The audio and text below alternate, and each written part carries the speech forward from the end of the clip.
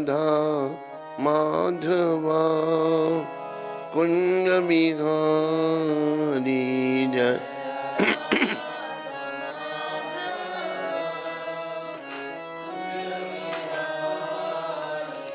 जय राधा माधवा कुंज बिहारी।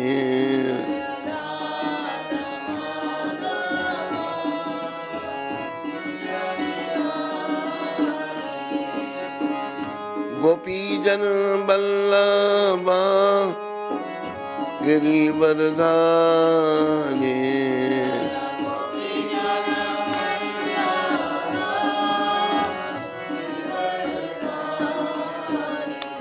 जय गोपी जन बल्लभा गिरिवरधारी।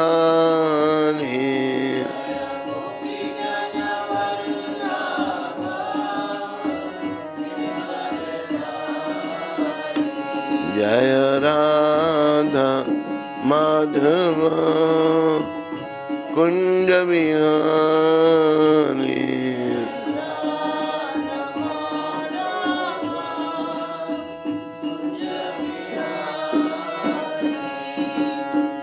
यशोदानंदन ब्रज जन रंजन।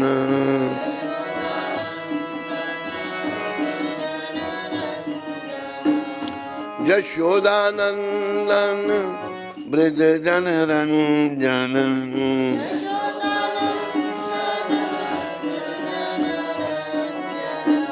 यशोदानंदन ब्रज जन रंजन।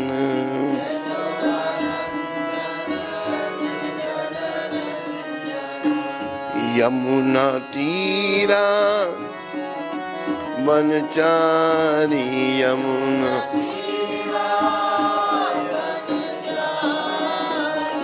यमुना तीरा वनचारी।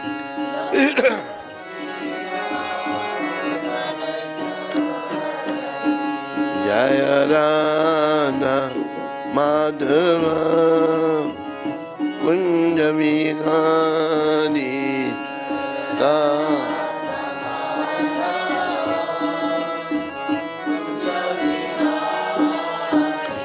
जय राधा माधवा कुंज बिहारी।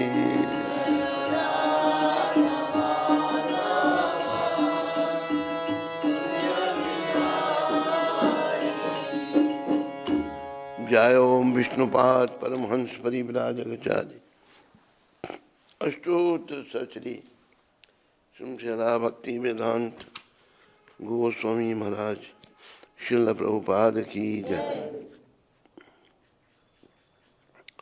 जय ओम विष्णुपाद परमहंस परिव्राजकाचार्य अष्टोत्तर सचरी श्रीमद् भक्ति सिद्धांत सरस्वती ठाकुर महाराज प्रभुपाद की जय। इस्कान बीबीटी संस्थापक आचार्य कृष्ण कृपा में शिला प्रभुपाद की जय। अनंत कोटि वैष्णविंद की जय। नामाचार्य श्रीधर ठाकुर की जय। प्रेम से कहो श्री कृष्ण चैतन्य प्रभु नित्यानंद श्री अद्वैत गदाधर श्रीवासदि गौर भक्तबिंद की जय। श्री श्री गौर राधा कृष्ण गो गोपीनाथ श्याम कुंड राधा कुंड गिरि गोवर्धन की जय। श्री श्री वृंदावन मथुरा धाम की जय। श्री श्री नवदीप द्वारका धाम की जय। श्री धाम मायापुर धाम की जय। श्री श्री यमुना मई गंगामयी की जय। श्री श्री तुलसी देवी भक्ति देवी की जय। श्री श्री साम वेद भक्त वृंद की जय। श्री श्री युग धर्म हरि नाम संकीर्तन की जय। संकीर्तन यज्ञ की जय।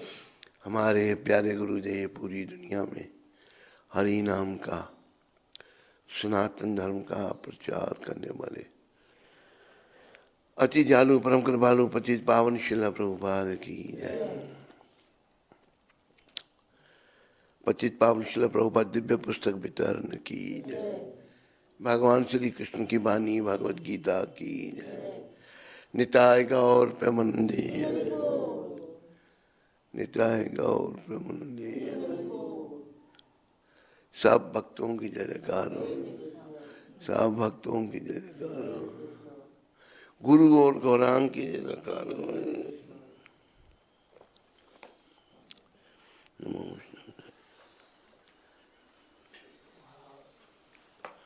ओम अज्ञानातिमरन्धस्य ज्ञानाञ्जनशलाकया चक्षुरुन्मिलितं येन तस्मै श्रीगुरवे नमः। ओम विष्णुपदाय कृष्णापृष्ठाय भूत श्रीमते भक्ति वेदांत स्वामी नमस्ते सरस्वती वाणी प्रचार निर्विशेष शून्य पाश्चात्य देशता। जय श्री कृष्ण चैतन्य नित्यानंद श्री अद्वैत गदाधर शिवासादि गौर भक्तवृंद। कृष्ण हरे कृष्ण कृष्ण कृष्ण हरे हरे, हरे कृष्ण हरे कृष्ण,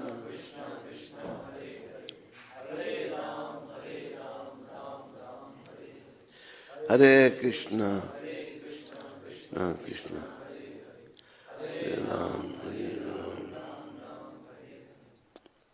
बोलो मोर मुकुट बंसी वाले की जय। तो आज है 22 तारीख और बुधवार। आप सबका स्वागत और धन्यवाद। आज हमारी इच्छा हो रही है प्रभुपद कृपा से कि आपको गीता का 9वां अध्याय सुनाए। देखो, जो गीता है भगवत गीता, भगवान की वाणी। भगवान की वाणी, भगवान में कोई भेद नहीं। तो इसके श्रवण मात्र से हमारी अंतरात्मा पवित्र होती है। तो 9वां अध्याय राज विद्या राज गुह्य योग, परम गुह्य ज्ञान।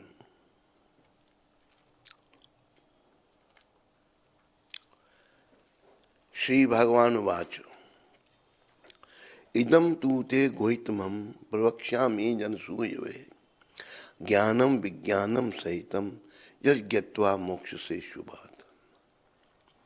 राज विद्या राजगुह्यम पवित्रम इदमुत्तमम प्रत्यक्षाभागम धर्मयम सुसुखम कर्तुम अभ्ययम। भगवान ने गीता के ज्ञान को 9वें अध्याय में ये कहा कि ये सारी विद्याओं का राजा है। ऐसा क्यों कहा भगवान ने? ऐसे इसलिए कहा कि इसमें आत्मा परमात्मा का ज्ञान है। मनुष्य शरीर आत्मा परमात्मा के ज्ञान के लिए ही मिला है। जो हमारे कर्म कलयुग का प्रभाव लुप्त होता जा रहा था, लेकिन भगवान श्री कृष्ण की कृपा से ही उनके शुद्ध भक्त श्रील प्रभुपाद द्वारा पुनः ये ज्ञान दुनिया को उन्होंने दिया। अश्रद्धा दाना पुरुषा धर्मस्य परंतपा अप्रप्या माम निवर्तन्ते मृत्यु संसार वर्तमने मया तन्मिदम सर्वम जगत व्यक्त मूर्ति न मत्स्थानी सर्वभूतानि न चाहम तेषु वस्थिता न च मस्तानि भूतानि पश्यम योगमेश्वरम भूत ब्रह्म च भूतस्थो ममात्मा भूत भावना। एक बात प्रभुपाद जी ने कही थी कि ये जो शब्द हैं, जब महामंत्र है भगवान का नाम, अगर कोई अर्थ नहीं भी जानता फिर भी इसका लाभ है। कैसे? उदाहरण देके प्रभुपाद जी ने समझाया है। जैसे एक छोटा बच्चा है, वो नहीं जानता कि अगर आग को हाथ लगाएगा हाथ आग जलाएगी, उसको नहीं जानता ना। जानता है? पर अनजाने में बच्चा अगर आग को हाथ लगा देता तो हाथ जलता ही जलता है। इसी प्रकार ये शब्द भगवान के, इनका प्रभाव है ही है। ना तमस्थानि भूतानि पश्चिमे योग में ईश्वरम भूत ब्रह्मच भूतस्तो ममात्मा भूत भावना यथाकाश स्थितो नित्यम वायु सर्वत्र गो महान तथा सर्वाणि भूतानि मस्तानि त्वविधारय।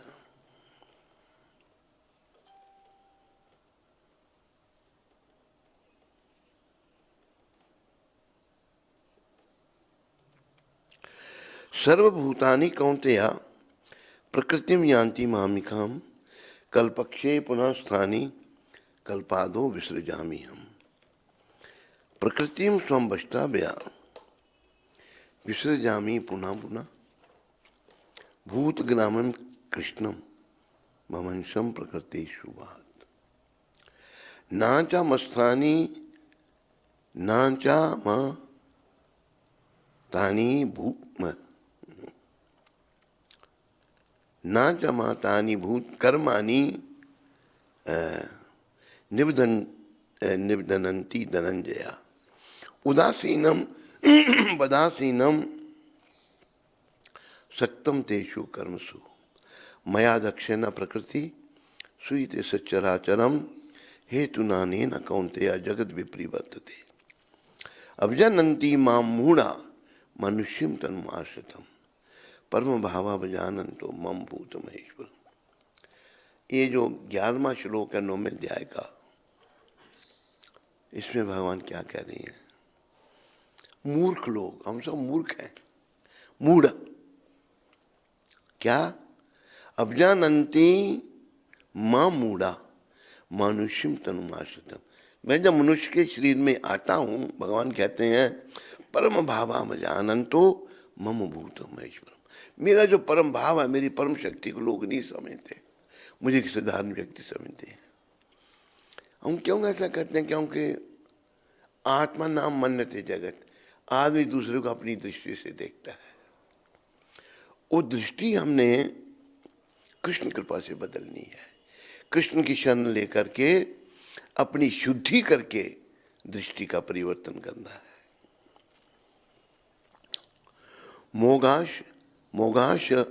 मोग कर्माणो मोग ज्ञानम चेतसा राक्षसीम आसुरीम चैव प्रकृतिम मोहिनम श्रितः महात्मनस्तु मां पार्था देवीं प्रकृतिम आश्रिता भजन्ते अनन्य मनसो गत्वा भूतादिमभ्ययम्।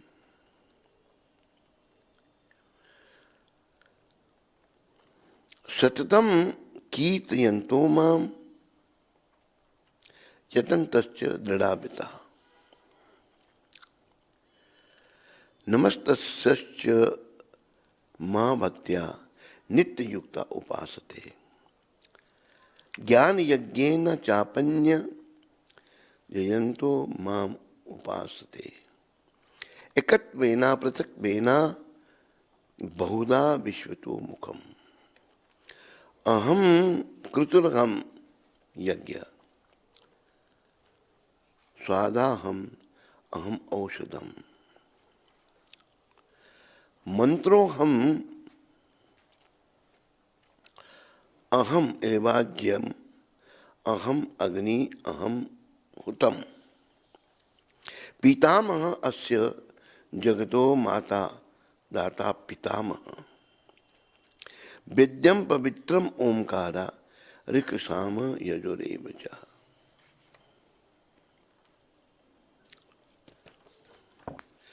भगवान सच्चाई बता रहे हैं, भाई सब कुछ मैं की हूं। इसलिए जो सब कुछ हैं, उनकी शरण में हमने जाना है। गतिम वर्ता प्रभु साक्षी निवासा शरणम सुहर्त प्रभावा प्रलय स्थानम निदानम बीजम अव्ययम तपाम्यहम वर्षम निग्रहम युत्सर्जामि च अमृतम चैवामृतुश्च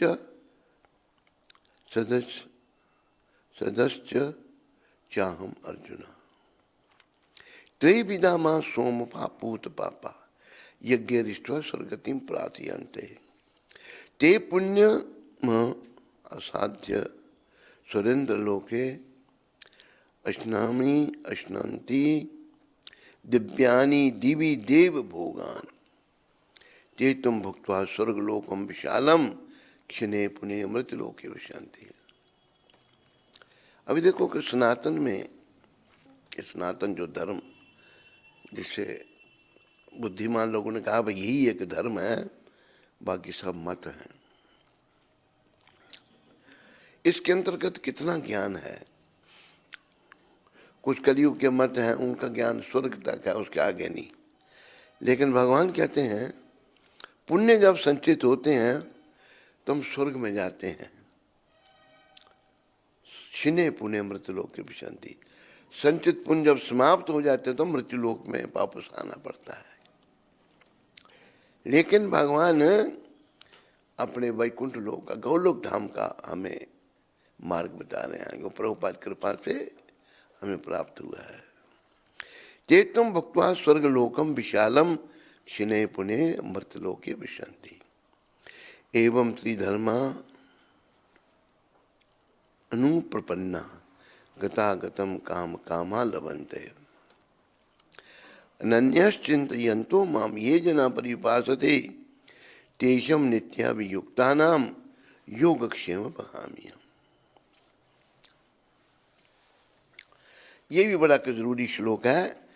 अनन्यश्चिन्तयन्तो, जो अनन्य भाव से मेरा चिंतन करता है और मेरी शरण में रहता है, पर्युपासते तेषां नित्याभियुक्तानां, उसका मैं पूर्ण रूप से ध्यान रखता हूँ। योग क्षेम वहाम्यहम्, उसके योग क्षेम का मैं ध्यान करता हूँ। ये अपि अन्य देवता भक्त्या येनते श्रद्धायान्विता ते अपि मामेव कौन्तेय येनते अविधि पूर्वकम। जो दूसरे देवी देवताओं की शरण में जाते हैं, एक किस्म की मेरी शरण में है, क्योंकि देवी देवताओं को बनाने वाला मैं हूं, भगवान कहते हैं। लेकिन उनका जो ऐसा करना है ये अविधि पूर्वक है, विधि पूर्वक नहीं है। जब मैं देवताओं को बनाने वाला हूं तो मेरी शरण में आना चाहिए। ये बड़ी कृपा करके भगवान समझा रहे हैं। अहम ही सर्वयज्ञानां भोक्तुम चा प्रभुरेव चा न तु मामाभिजानान्ति तत्त्वेनातश्च बन्ति ते यान्ति देवव्रता देवन पितरं जानति पितृव्रता भूतानि जानति भूतजा यान्ति मध्याजन अपि माम। अभी लोग हम स्वतंत्र हैं, कोई देवी देवताओं की पूजा करते हैं, भगवान कहते हैं, कोई पितरों की पूजा करता है, कोई भूतों को पूजते हैं। जो जिसकी पूजा करता है उसी को प्राप्त होता है। लेकिन जो मेरी शरण में आते हैं वो मुझे प्राप्त करते हैं। इसलिए हमको भगवान की ही शरण में जाना और किसी की शरण में नहीं, सम्मान सभी का करना। फिर भगवान आगे के श्लोक में कह रहे हैं पत्रम पुष्पम फलम तोयम यो मे भक्त्या प्रयच्छति तदहम भक्ति उपहरतम अश्नामी प्रियतात्मना। मुझे प्रेम से जो पत्र पुष्प जल देता है, पत्र तुलसी पत्र एक फूल और जल, अश्नामी मैं स्वीकार करता हूं, भगवान कहते हैं। प्रेम से जो भी भगवान को दो स्वीकार करते हैं। फिर अगले श्लोक बड़ा और भी जरूरी है। यत् करोषि यदश्नासि यद जो होसी तदासी यद तपस्यासि कौन्तेय तत्कुरुषम मदर्पणम।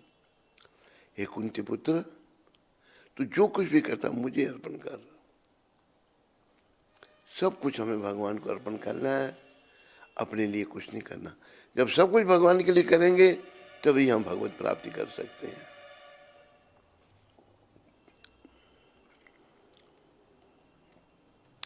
शुभाशुभ फलेरेव एवं मोक्ष से कर्म बंधने संन्यास योग युक्तात्मा विमुक्तो मामो वैश्यसि समोहम सर्वेषु भूतेषु नामे दोषस्ति ना प्रिया ये भजन्ति तु मां भक्त्या मयि तेषु चापि मम।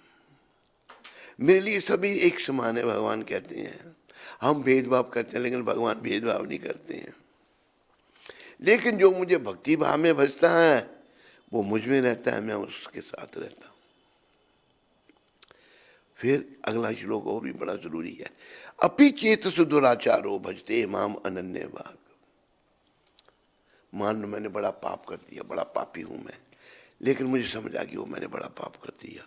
मैं पाप को छोड़कर भगवान का भजन करता हूं, भगवान की शरण आ जाता हूं। भगवान कहते हैं साधु रेव समन्ता, उसको भी साधु ही समझो। जिसके जैसे अनेकों उदाहरण हैं, जो बड़े पापी थे वो शुद्ध भक्त बन गए। ये बड़ी भगवान की कृपा है। ये नहीं कि जैसे एक वो भजन है ना, भजन आपको मैं सुना देता हूँ।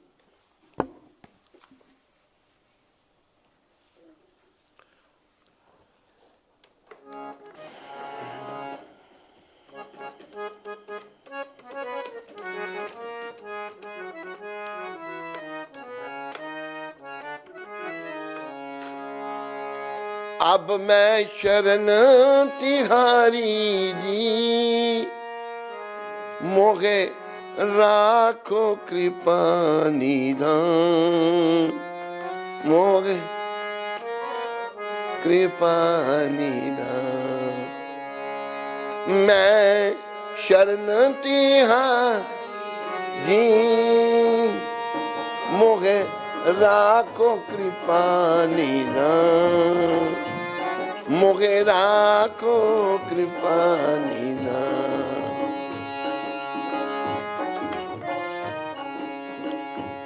ये भजन एक शुद्ध आत्मा का भजन है, मीरा भाई का। हे कृष्ण, मैं आपकी शरण में हूं, मेरी रक्षा करो। तो भक्तों के माध्यम से बहुत कुछ सीखने को मिलता है। भगवान कृपा निधान, कृपा के वो सागर हैं। तो बड़ा अच्छा भजन है ये।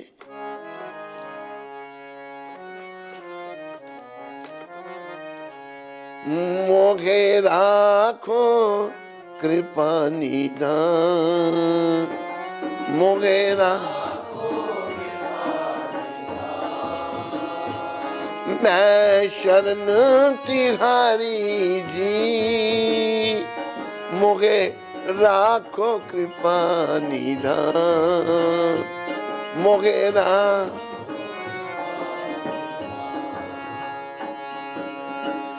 आजा मिल अपराधीता,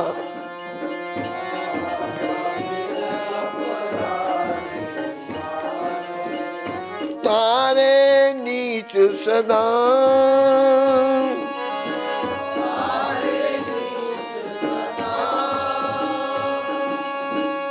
जल डूबत गजराज उभारे, जल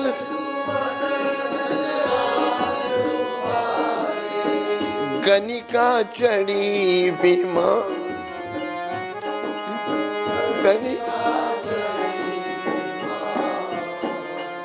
मोहे राखो कृपा निधान, मोहे राखो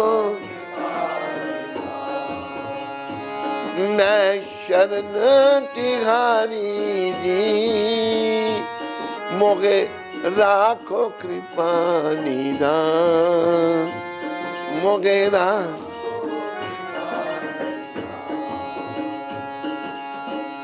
और अधम तारे बहु तेरे, और अधम भाकत संत सुजान,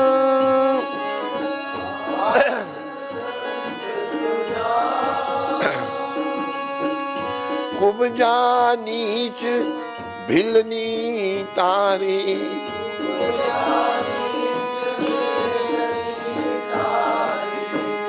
जाने सकल जान, मोगे राखो कृपा निधान, मोगे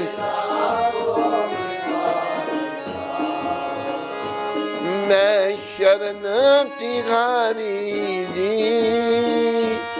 मैं शरण मोगे राखो कृपा निधान।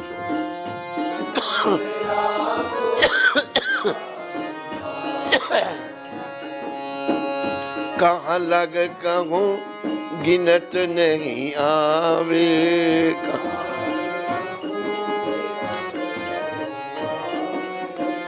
सकी रहे वेद पुराण,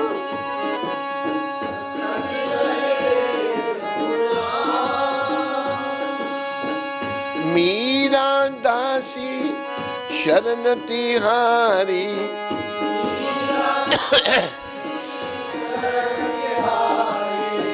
सुनिए दोनों कान, सुनिए मोगे राखो कृपा निधान,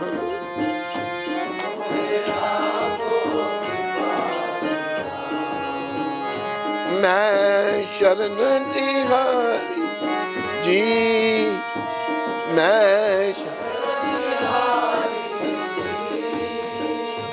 मोगे राखो कृपा निधान, मोगे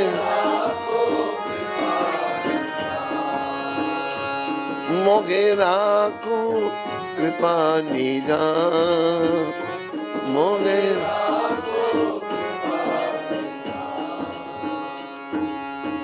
कृपा निधान, जय कृपा निधान,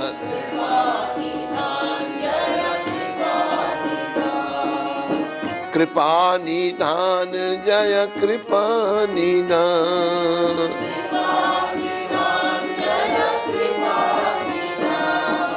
कृपा निधान, जय कृपा निधान,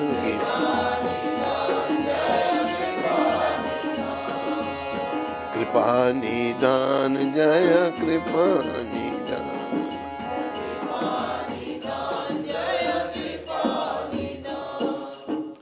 देखो हम अपनी तुच्छ बुद्धि से सोचते हैं, अभी तो हमारी बुद्धि मलिन है, शुद्ध नहीं है, अपनी दृष्टि से ही हम सबको देखते हैं, भगवान को भी अपनी दृष्टि से देखते हैं, ये ठीक नहीं। तो क्या करना है इसके लिए?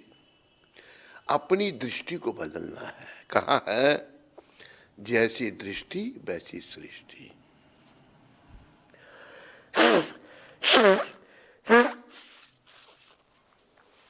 बड़ी एक विचारने की बात है। एक जो चोर है वो सभी को चोर समझता है। उदाहरण दिया एक बदमाश आदमी, जब गुंडा आदमी बाजार में जाएगा उससे के साथ कोई धोखा नहीं करेगा। क्यों? वो सबको उसी दृष्टि से देख रहा है जैसी उसकी दृष्टि है। धोखा किसके साथ होता है? जो शरीफ आदमी है, भोला वाला है, अगला उसके साथ धोखा कर लेता है। बीच में कथा आ रही है, सत्य कथा, बड़ी अच्छी कथा है। ये एक गांव की बात है। तो वहाँ राम जी का मंदिर था, तो एक केवट वहाँ रहता था, गरीब आदमी बेचारा। उसके 2-3 बच्चे थे, एक बेटी थी, बेटी जवान हो गई, जवान हो गई तो केवट बेचारा भजन भक्ति में, भाइयों ने कहा पिताजी कुछ से उधार लो, बेटी की बहन की शादी करनी है। अच्छा, एक सेठ के पास गया, केवट सेठ के पास गया और कहा सेठ जी कुछ पैसे उधार दो, बेटी की शादी करनी है। तो सेठ यही लेने देने का काम करता था। अच्छा, वो देखा बड़ा सीधा है बेचारा, केवट बड़ा सीधा था। तो उसने जो है उसे लिखवा लिया, देखा बड़ा सीधा, उसने लिखवा के रख लिया और एक गलत पेपर पे उसके साइन करवा लिए। उसने दिए पैसे कम बड़ी ये सत्य कथा है पैसे कम दिए, लिखवा ज्यादा लिए। तो देखो, जो चाहे वो बनिया अमीर आदमी है पर वो पैसे के पीछे है, भगवान के पीछे नहीं है। केवल गरीब है पर भगवान जी पर उसका, रघुनाथ जी पर उसका भरोसा है। अगर हुआ क्या कि शादी की लड़की की और उसने जो है वो गलत लिखा के ले लिया, कहते मेरे पैसे, वो बेचारा उसने केस कर दिया उस पर, जज के सामने केस कर दिया कि के ऊपर केस पे इसने देखो, उसने जब वो लिखवा रहा था किसी पानी के लिए उसको भेजा तो वो सही वाला लिख के रख, गलत भी उससे दस्तखत करवा ली है उसने। सीधा साधा हम इसलिए कथा सुना रहे हैं आपको, सीधे साधों पर धोखा होता है। लेकिन अगर कोई भक्त होगा ना कैसे भगवान के कार्य करते हैं, इस प्रसंग से आप समझ सकेंगे। तो केस कर दिया, तो जज के पास पेश हुआ वो केवट, बोला भाई तेरा कोई गवाह? वो कहते रघुनाथ जी जाने, सीधा बेचारा रघुनाथ जी। तो जज नहीं समझा। अच्छा, फिर रघुनाथ जी के नाम वारंट निकाले कि वो आके बताएं, रघुनाथ बताएं। तो गांव में आकर वारंट निकल गए भगवान के हाथ, तो वो सम्मन लेके आ गया कचहरी से मंदिर में, भाई रघुनाथ जी। रघुनाथ जी कौन? भगवान। तो क्या हुआ कि जाना था भगवान को, तो पुजारी भक्त उसने भगवान को अच्छे कपड़े पहनाए, प्रभु आज आपने कोर्ट में जाना, विग्रह को श्रृंगार किया। तो जब पेशी हुई जज के सामने तो आवाज आई, आवाज लगाई, भाई रघुनाथ हाजिर हो। भगवान आगे, सच में भगवान आगे, भगवान आगे कहते हैं आपने इसको देखा था? कहते हाँ। कहते हैं जो असली पर नोट है सेठ की अलमारी में पड़ा हुआ फलानी जगह, एक गलत इसने दस्तखत उससे करवाए हैं, सेठ भी वहीं पर है। गए वहाँ के चेकिंग हुई, असली पर नोट मिल गया। मिल गया तो उसको सजा हुई सेठ को झूठ बोलने की। अच्छा, फिर केस तरफा दफा हो गया। फिर वो जज पूछता है भाई ये रघुनाथ जी कौन थे? उसको पूछा गया केवट को कि रघुनाथ जी भगवान कहाँ रहते हैं उधर मंदिर में।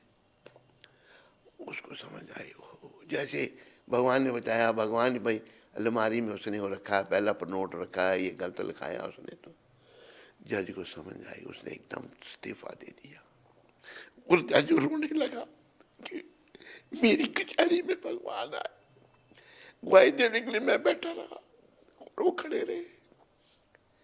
सच में भगवान आए गवाही देने, पर वो जज जो है वृंदावन में आ गया, मंदिर में नहीं जाता था वो, मंदिर के बाहर खड़े रहना। क्यों?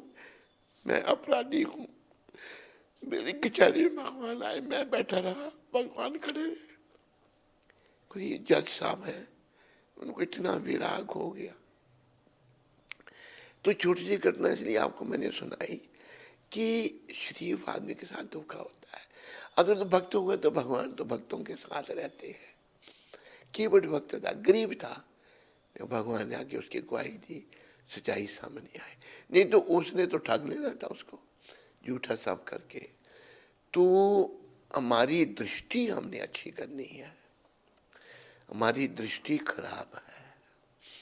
जब तक हमारा जीवन है अपनी दृष्टि को सुधारने में हमें लगना चाहिए। लेकिन सारा समय हमें संसार के कामों में, इधर उधर बेकार की बातों में, बेकार के झगड़ों में बीत जाता है। असल में हमारा सबसे पहला काम अपनी दृष्टि को अच्छा करना। तो दृष्टि कैसे अच्छी होगी? भगवान की शरण में आकर, भगवान का भजन करके, भगवान को अपने जीवन का केंद्र बना करके, भगवान के लिए, जैसे श्लोक आया 9वें अध्याय में कि यत् करोषि यद् अश्नासि यत् जुहोषि ददासि यत् तपस्यासि कौन्तेय तत् कुरुष्व मदर्पणम्। हे कुंती पुत्र, तू जो कुछ कहता मेरे को अर्पण कर। क्यों कह रहे भगवान को की जरूरत है? अरे सभी कुछ नहीं कहा है, उनकी वस्तु को हमने अपना समझा है। सच्चाई ये है कि हम जब आए थे तो खाली हाथ आए थे, बच्चे के हाथ बंद होते हैं, जाएंगे तो खुले होंगे। बीच में मालिक कहाँ से बन गया मैं? तो भगवान मुझे अर्पण कर भाई, तू मेरा सब कुछ है, तेरा कुछ नहीं है। अगर तुम मुझे अर्पण करेगा तो मुझे प्राप्त होगा। अभी तेरे पास तुम थोड़े समय के लिए सब कुछ ये है, पर तेरा संसार में कुछ भी नहीं है, तेरा ये शरीर भी नहीं है। ये शरीर भी जो है ये शमशान की अमानत है, ये शमशान में एक दिन जल जाएगा। तो क्या तेरा, तो क्या मैं कर रहा है? यही जीव की अज्ञानता है। तो मीरा जी कहती हैं, प्रभु मैं आपकी शरण में हूं, अब मैं शरण तिहारी जी। शुद्ध आत्मा है, महान आत्मा है, भगवान की शरण में है। उनका पूरा भाव है इस भजन में, मोहे राखो कृपा निधान। एक कृपा के सागर, कृपा निधान, भगवान मेरी रक्षा करो। ऐसे भक्तों के माध्यम से ही हम भगवान की शरण में हो सकते हैं। अभी देखो, जब मीरा जी को जहर दिया गया, क्योंकि राणा जो था मीरा का देवर, वो राणा था, राज्य मीरा जी का पति था युवराज भोजराज। युवराज भोजराज, और उनके साथ उनका नाम तौर पर विवाह हुआ था। खैर बड़ी लंबी कथा है, लेकिन युवराज जी ने जब देखा ये तो भक्त है, तो उनको बोला अच्छा तुम भक्ति करो, मंदिर बना के दे दिया, हर समय भक्ति में लगी रहती। उनके ससुर भी अच्छे थे, लेकिन दोनों सुधार गए बेचारे। अब ये राज्य मिला राणा को। राणा जो है, राणा बड़ा भौतिकवादी है, अब राज कर रहा है वो। राणा की माँ, जो मीरा जी की सास और ननद, ये तीनों नास्तिक थे। ये मीरा जी को बड़ा परेशान करने लगे। मीरा जी बड़ी दुखी हो गई। फिर उन्होंने छोड़ दिया, मेवाड़ छोड़ दिया था, वृंदावन आई थी। वृंदावन में आकर के उनकी भेंट हमारे परमाचार्य शिला जीव गोस्वामी से भी हुई थी। जीव गोस्वामी जी से भेंट हुई जब उनकी, तो उन्होंने कहा कि मैं स्वामी जी के दर्शन करना चाहती हूँ। सेवक ने कहा कि हमारे स्वामी जी स्त्रियों से नहीं मिलते। तो मीरा जी कहती यहाँ तो ब्रज में तो सभी स्त्रियाँ हैं, पुरुष तो एक ही है, पुरुष केवल कृष्ण है, यही सच्चाई है। अकेला ईश्वर कृष्ण और सब भृत्य, नियंता कृष्ण है, बाकी सब उनके सेवक हैं। तो जाके सेवक ने कहा शिला जीव गोस्वामी प्रभुपाद को कि वो कहते हैं यहाँ तो पुरुष एक ही हैं, ये दूसरे पुरुष कौन है? वो भाई एक कोई साधारण स्त्री ने झट आए, जीव गोस्वामी आए, उन्होंने गले लगाया, जो कि गोपी का अवतार है, वो भी अवतारी पुरुष थे। मीरा जी को गले लगाया उन्होंने और बड़े प्रसन्न हुए। मैं कहा भाई ये कोई पुरुष तो कृष्ण समझ है ना, सबकी ऐसी समझ नहीं है। यहाँ मिल करके फिर वो चली गई द्वारका में। द्वारका में रहकर उन्होंने भजन किया। पीछे मेवाड़ में जहाँ की मीरा थी, वहाँ पर अकाल पड़ गया, बुरी हालत हो गई। पंडित इकट्ठे हो गए, ब्राह्मण भी थे। उन्होंने कहा कि मीरा जी यहाँ से चली गई हैं, इसलिए ये हालत हो गई थी, उनको वापस लाओ। ब्राह्मण कहते हैं अच्छा हम जाते हैं। ब्राह्मण आ गए द्वारका में, कहा आप चलिए, वापस चलिए। कहते मैं नहीं जाऊंगी। कि नहीं जाएंगी तो हम अपने प्राण छोड़ देंगे यहीं पर। अच्छा फिर मैं अपने भगवान को पूछ के आती हूँ। मीरा जी द्वारकाधीश को पूछने गई और उसी मूर्ति में वो समा गई। पर पता कैसे कि कहाँ गई, उनकी साड़ी का इतना सा पल्लू बाहर रह गया भगवान के उसमें से। भगवान के विग्रह में ही मीरा जी प्रवेश कर गई थी। वही मीराबाई कहती हैं प्रभु मैं आपकी शरण में हूँ, मेरी रक्षा करो। इन भक्तों से सीखना है, शरणागति सीखनी है। अशुद्धि होने के कारण हमारी शरणागति हमारे मलिन मन की ओर है, मलिन मन की ओर है। और मलिन मन तो तुला होगा हमको नरक में ले जाने के लिए। फिर मीरा जी कहती हैं अजामिल अपराधी तारे। अजामिल तो बड़े अपराधी थे, उनका आपने उद्धार किया प्रभु। अजामिल ने भगवान का नाम लिया था आखिर में, तो उनको भी भगवान की प्राप्ति हुई थी। विष्णु दूत आ गए थे उनकी रक्षा के लिए। अजामिल अपराधी तारे, तारे नीच सदान। सदन कसाई का आपने उद्धार किया। जल डूबत गजराज उभारे। गजराज जब डूब रहे थे उनको ग्रह ने पकड़ के रखा था। पुकारा महाराज इंद्रदुम्न के, वो महाराज इंद्रदुम्न थे, श्रापवश उनको गजराज बनना पड़ा था। या पूर्व जन्म की बात याद है, भगवान आ गए, गजराज के कष्ट हरे हैं, उनको पानी से डूबने से बचाया, उनके रक्षण दर्शन दिए। गणिका चढ़ी विमान।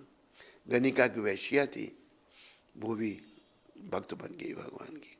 कोई कितना भी नीच पतित क्यों नहीं है, भगवान की शरण में आता, भगवान स्वीकार कर लेते हैं। ये एक बहुत बड़ी भगवान की कृपा है। पतितों को, हम पतितों को ये नहीं सोचना चाहिए मैं बड़ा पापी हूँ, कहाँ मुझे भगवान, नहीं। वैश्या का उद्धार हो गया, मुझे राखो कृपा नहीं। और अधम तारे बहु तेरे, बड़े अधमों का आपने उद्धार किया। भाकत संत सुजान। कुब्जा नीच बिलनी तारी। बिलनी की क्या जाति, नीच थी वो, कुब्जा, इनका उद्धार किया भगवान ने। जाने सकल जहान, सारी दुनिया जानती है, मुझे राखो कृपा निदान। कहाँ लग कहूँ गिनत नहीं आवे। कहाँ लग कहूँ मैं गिन नहीं सकती। थकी रहे वेद पुराण। वेद पुराण भी थक गए प्रभु, वो भी अपने गुणगान नहीं कर सकते। मीरा दासी शरण तिहारी, सुनिए दोनों कान। दोनों कान दे के प्रभु सुनो, मैं आपकी शरण में हूँ, मुझे राखो कृपा निदान। तो शरणागति जो है ये बड़ी आवश्यक है। जब तक हम शुद्ध नहीं होते, मन हमारा मलिन रहता है, हम मलिन मन की शरण में रहते हैं। और मलिन मन तो बस ये तुला है हमको नरक में ले जाने के लिए। लेकिन संदेश ये है हमने भगवान की प्राप्ति करनी है, हमने धाम में जाना है। जैसे कहा ना, भगवान कहते हैं यत करोषि यदशनाशी यज्ञ होशी ददासी यत तपस्यासी कौन्त्या तत् कुरुषो मदर्पणम। हम यहाँ के ना है और ना ही कुछ यहाँ का हमारा है, हमारा शरीर भी नहीं है। ये दंड के लिए शरीर मिला है, कर्मों का दंड भोगने के लिए। तो अभी हमने सब कुछ कृष्ण के लिए ही करना है। शुभाशुभ फलेरेव फलरेव मोक्ष से कर्म बंधने संन्यास योग युक्तात्मा विमुक्तो माम पेशसी समो हम सर्वेषु भूतेषु न मे द्वेष्यस्ति न प्रिया। मेरे लिए सभी एक समान है, सारे भूत मेरे लिए एक समान है। मैं ना किसी द्वेष करता हूँ ना मुझे कोई प्रिय है। ये भजन्ति तु मां भक्त्या मयि ते तेषु चापि मम। जो मेरा भजन करता है वो मुझ में और मैं उसमें रहता हूँ। फिर बात आई थी अपि चेतस दुराचारो, कितना दुराचारी कोई क्यों ना है, भजते माम अनन्य भाग, अनन्य भाव से वो मेरा भजन करता है, साधु रेव समन्ताव्या, भगवान कहते उसे भी तुम साधु ही समझो। फिर क्षिप्रम भक्ति धर्मात्मा शुभ शांति निगच्छति कौन्तेया प्रतिजाना ही नामे भक्ता प्रणश्यति। भगवान इसमें ये कह रहे हैं मेरे भक्त का नाश नहीं होता, हमने भक्त बनना है भगवान का और कुछ नहीं। मांगी पार्थ विपाशित्य ये भी सुपाप योनिया स्त्रियों वैश्यस तथा शूद्रास्ते भी जानती पराम गति। ये पार्थ जो मेरी शरण में आ जाता है, चाहे उसकी कितनी पाप योनि क्यों नहीं है, देखो भगवान कितने दया में है। तो पाप, तीन पाप योनियों का वर्णन है यहाँ पर, स्त्रियों वैश्यस, वैश्य जो बनिया, बनिए के बाद सुना ही ना, धोखा कर रहा है उससे, गरीब आदमी से, और भगवान उसको बचा रहे हैं। तथा शूद्रास, और शूद्र जो है बेचारे, ते भी जानती परम गति, वो भी परम गति को प्राप्त होते हैं। किम पुनर्ब्राह्मणा पुण्य भक्त्या राजशस्त्रता अनित्यम सुखम लोक में प्राप्या भय सभा मां। जब पाप योनियां मेरी शरण में आती हैं, उनका उद्धार हो जाता है, फिर ब्राह्मण की बात क्या है, जो बड़े भाव से मेरा भजन करता है, मेरी शरण में रहता है, और वो तो मुझे जरूर प्राप्त होता है। आखिर में फिर भगवान ने 9 में जायक में कहा, मन मना भाव मद भक्तो मध्यादि माम नमस्करु मामे वेशसी युक्ता वे मत मानो मत परायना। मेरे भक्त बनो, मेरे को नमस्कार करो, मेरे परायण हो जाओ। ऐसा करने से तुम मुझे प्राप्त करोगे। ओम तत्सदित इति श्रीमद् भगवद गीता तत्वोपनिषदस्तु ब्रह्म विद्यायाम योग शास्त्रे श्री कृष्ण अर्जुन संवादे राज विद्या राज गोयम नामो नमो अध्याय। बोलो मोर मुकुट बंशी वाले की, बोलो कृष्णचंद्र भगवान की।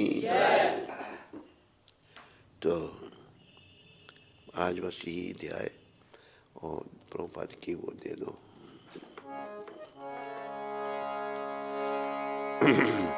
हे गिरधर तेरी आरती गाऊं, हे गिर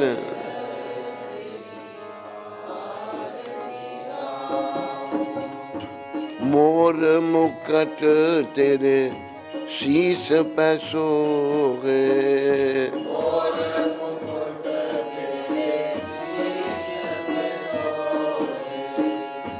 प्यारी बंसी मेरो मन मोहे,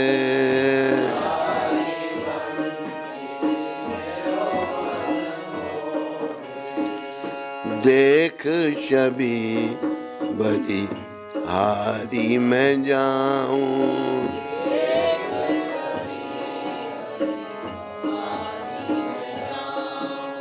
हे गिरधर तेरी आरती गाऊं,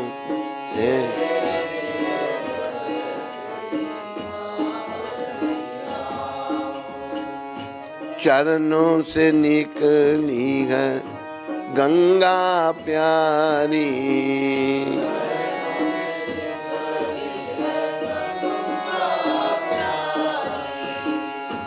जिसने तारी दुनिया सारी,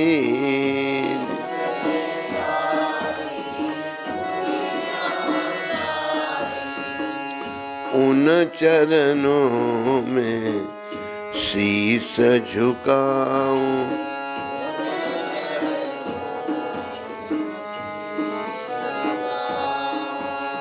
हे गिरधर तेरी आरती गाऊं,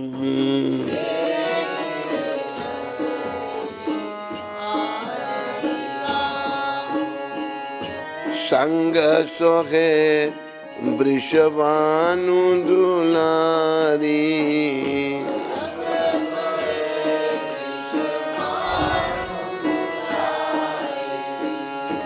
ललिता विशाखा सखियां प्यारी,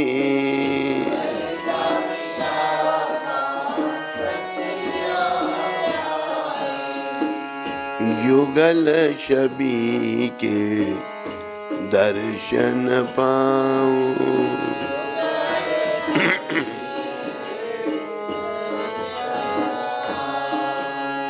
हे गिरधर तेरी आरती गाऊं,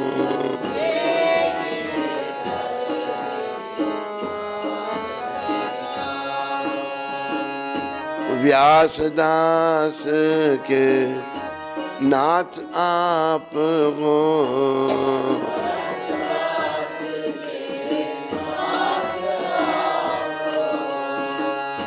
सुख दुख प्यारे साथ आप हो,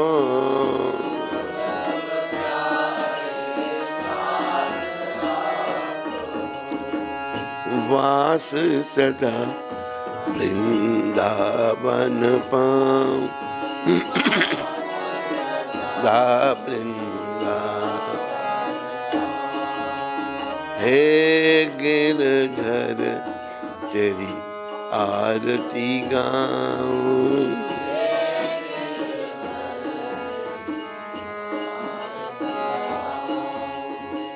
बोलो राधा गिरधर भगवान की, बोलो मोर मुकुटबंसी वाले की।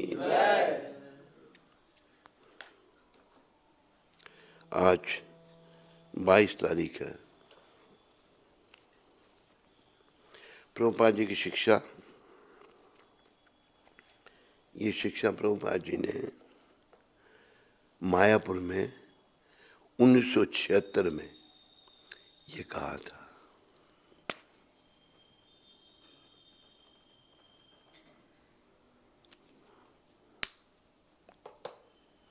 क्या कहा था प्रभुपाद जी ने? जब तक कोई इस भौतिक जगत से विरक्त नहीं हो जाता तब तक माना जाता है कि उसने आध्यात्मिक चेतना में प्रवेश नहीं किया है। अगर हम इस भौतिक जगत से आसक्त रहते हैं ना, तो जीवन विफल है, याद रखो।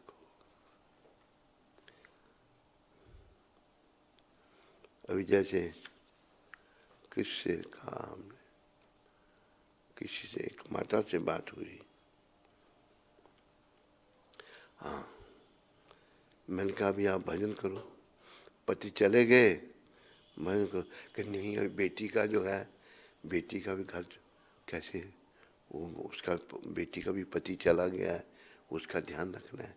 ये माया इतनी प्रबल का है, पीछे की तरफ हमें खींचती है। हमें इस संसार से अगर बुलावा आ जाता तो कुछ नहीं कर सकते हम, लेकिन जब तक हैं तब तक भगवान की शरण में नहीं आते, संसार से ही जुड़े रहते हैं, संसार से ही मोहग्रस्त रहते हैं। जब तक कोई इस भौतिक जगत से विरक्त नहीं हो जाता तब तक माना जाता है कि उसने आध्यात्मिक चेतना में प्रवेश नहीं किया।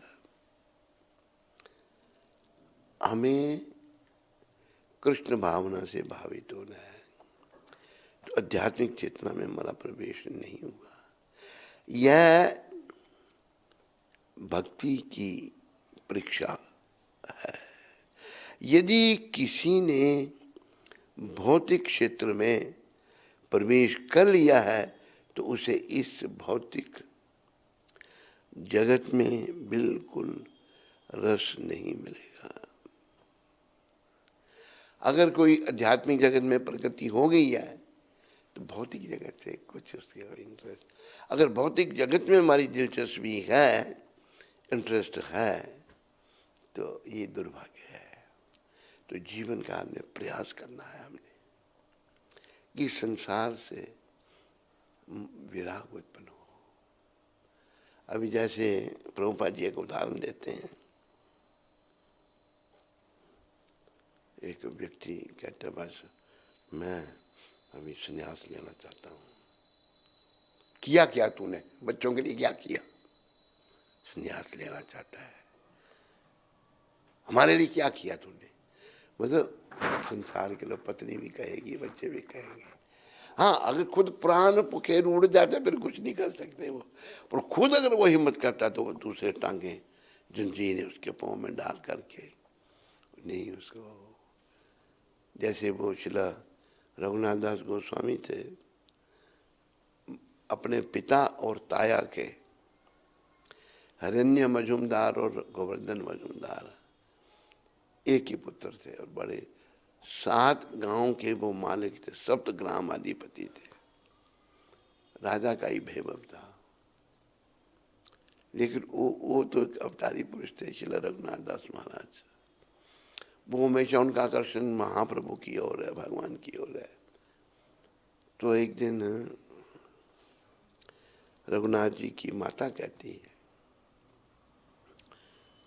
गोवर्धन जी को, अपने पति को, हमारा है कि बेटा बार बार भागता, ये चला गया तो मैं कैसे जीऊंगी, मैं मर जाऊंगी।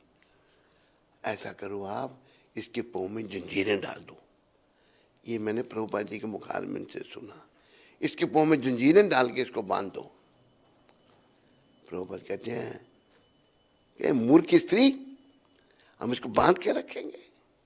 मैंने इतनी सुंदर लड़की से इसकी शादी की है, उसकी तरफ ये देखता भी नहीं है, हम नहीं इसको बांध के रखेंगे। प्रभुपाद समझा रहे हैं। तो संसार के लोग तो अपनी तरफ ही खींचते हैं, जो जैसा उसने वैसा करना है। अगर कोई विरक्त नहीं हुआ तो कैसे विरक्ति की बातें करेगा? लेकिन हमने अपना भला सोचना है कि मेरा भला किस में है, मेरा भला विरक्ति में है, मेरा भला कृष्ण की शरण में है, मेरा भला इस संसार से चिपके रहने में नहीं है। अभी हम जो है कथा सुन रहे थे, बड़ी अच्छी कथा। कथा इस प्रकार है कि एक राजा, उसके पास एक सन्यासी आए। राजा ने बड़ी सेवा की उनकी, सन्यासी की बहुत सेवा की। तो सन्यासी अभी जाने लगे तो कहा कि राजन, तूने हमारी बड़ी सेवा की, अगर मैं तुम्हारे लिए कुछ कर सकता हूँ तो बताओ। कहते महाराज, मुझे एक ऐसी बीमारी लगी है, कोई ठीक, वो बीमारी ठीक नहीं हो रही, और बस मैं मरने के दिन गिन रहा हूँ, कब मरूंगा, मैं मर जाऊंगा, अगर आप मेरी बीमारी ठीक कर दें। सन्यासी कहते हैं कि मैं ठीक कर सकता हूँ आपको, पर एक शर्त है। बोले क्या? आपने स्त्री का मुंह नहीं देखना, स्त्री चिंतन नहीं करना, स्त्री संग का बिल्कुल त्याग। कहते हमारे स्त्री संग में दरअसल मौत को देखता हूँ। हुआ कि अब महात्मा जाए जंगल में, वहाँ से को बेल पत्ते जड़ी बूटियाँ ले आए, उसका वो जूस निकाले, सोने के गिलास, एक गिलास में पूरा भर दें जूस, और एक आधा गिलास राजा को दे दें, तुम पियो, एक गिलास महात्मा जी खुद पी जाएं। 1 महीना तक ऐसा होता रहा। महीने के बाद राजा को लगा मैं स्वस्थ हो रहा हूँ, मैं ठीक हो रहा हूँ। तो उसके अंदर वासनाएं जागृत होने लगी, विषय वासनाओं से ही संसार बंधा हुआ है। वासनाएं जब जागृत होने लगी, उसने कहा महात्मा महाराज, मैं मुझे लगता मैं स्वस्थ हूँ, मेरे मन में भी स्त्री की ओर आकर्षण हो रहा है। कहते महाराज बस अभी हम मर जाएंगे, यही मैंने मना किया था आपको। तो राजा ने एक प्रश्न पूछा था महात्मा को, कि आप मुझे आधा गिलास देते हैं, आपके मन में तो कोई विकार है नहीं, आप पूरा गिलास पीते हैं, कोई विकार नहीं है, इसका क्या कारण? तो उन्होंने कहा मैं कल उत्तर दूंगा तुम्हें इसका। इसका उत्तर ये है कि मैं हर समय मृत्यु को देखता हूं, मरना है एक दिन, मैंने जाना है, तो मेरा मन विकार की तरफ, मेरा मन चंचल नहीं होता। कहते महाराज अभी आपकी मृत्यु हो जाएगी। तो राजा फिर घबरा गया, हट गया स्त्री से मन। और फिर तो महात्मा ने ये जवाब दिया उनको और कहा कि महाराज ऐसा है, आप पूर्ण स्वस्थ हैं? तो समझाई।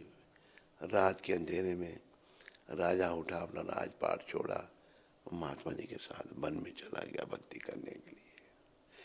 तो मृत्यु को सदा याद रखना है। मृत्यु तो अवश्य है, मृत्यु तो आनी ही, इससे कोई नहीं बच सकता। आए हैं तो जाएंगे, राजा रंक फकीर, एक सिंहासन चढ़ चले, एक बंधे हैं जात जंजीर। राजा रंक फकीर जो आए उनको जाना है, पर जाना उसी का ठीक है जिसका मन हरि चरणों में लग गया। नहीं तो जो मोह माया फंसा, स्त्री चिंतन में मरा, प्राय लोगों का यही होता है, वो यम यातनाओं को भोगते हुए यमदूत उनको जंजीरों में जकड़ करके जंजीरों में बांध कर ले जाते हैं। तो हमें मृत्यु का हर समय सोचना है। मन जब बुराई की तरफ जाए, बस मैंने तो मरना है, एक गंदा मन जो है हमें भटका रहा है।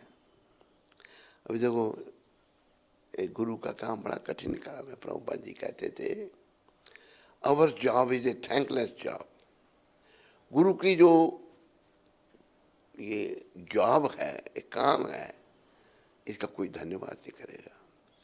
शिष्य को समझाने का प्रयास करेंगे, शिष्य एक सुनाएंगे तो 10 सुनाएगा आगे से, वो आगे ही बहुत ज्ञानी है, उसको वो रास्ते पे आया ही नहीं, हर बात की काट उसके पास है, हर बात को वो काट देता है। जब हर बात को हम काट देते हैं, एक दिन फिर यमदूत काटते हैं हमको, यम पास में जाना पड़ता है। लेकिन परिस्थिति ऐसी है, नहीं समझते, तो बड़ा कठिन काम है, बहुत कठिन है। लेकिन हिम्मत किए बिना, संसार से विराग लाए बिना कल्याण भी नहीं है, कल्याण नहीं हो सकता।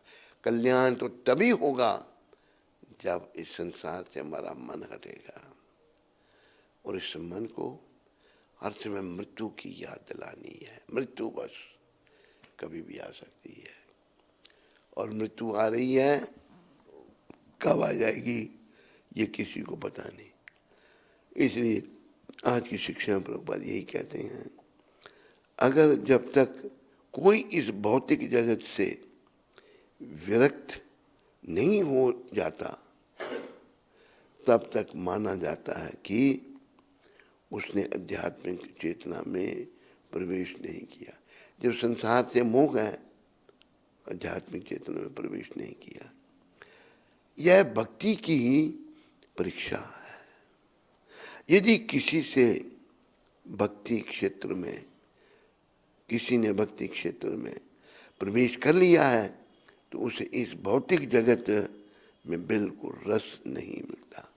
इस भौतिक जगत में कुछ है ही नहीं। हमें लगता है ये अच्छा, कुछ नहीं, ये सब बेकार है। जिसने आध्यात्मिक प्रगति कर ली है, उसको भौतिक जगत में कुछ भी रस नहीं मिलेगा, मन उसका हट जाएगा। बोलो पतित पावन शिला प्रभुपाद की, बोलो राधा श्याम सुंदर भगवान की, बोलो ललिता विशाखा राधे श्याम की, बोलो गौर निताय पंच तत्व की, बोलो पतित पावन शिला प्रभुपाद की, बोलो सब भक्तों की जय जयकार हो, सब भक्तों की जय जयकार हो, गुरु और गौरांग की जय जयकार हो।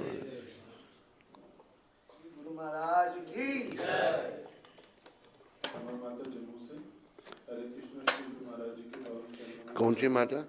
क्षमा, मेरा कोटि कोटि नमन। श्यामा माता जम्मू से, उधमपुर से? महाराज जी, आपकी कृपा से हमारे घर में एकादशी के दिन हरिनाम संकीर्तन और नगर कीर्तन हुआ। आप आशीर्वाद दीजिए, हरिनाम की गंगा हमेशा हमारे यहाँ बहती रहे। महाराज जी, मैं वृंदावन से श्री श्री राधा कृष्ण जी और श्री श्री गौरताई जी के विग्रह लाई थी। आप इनका नामकरण कर दीजिए। आपकी पापी नालायक पुत्री क्षमा दस।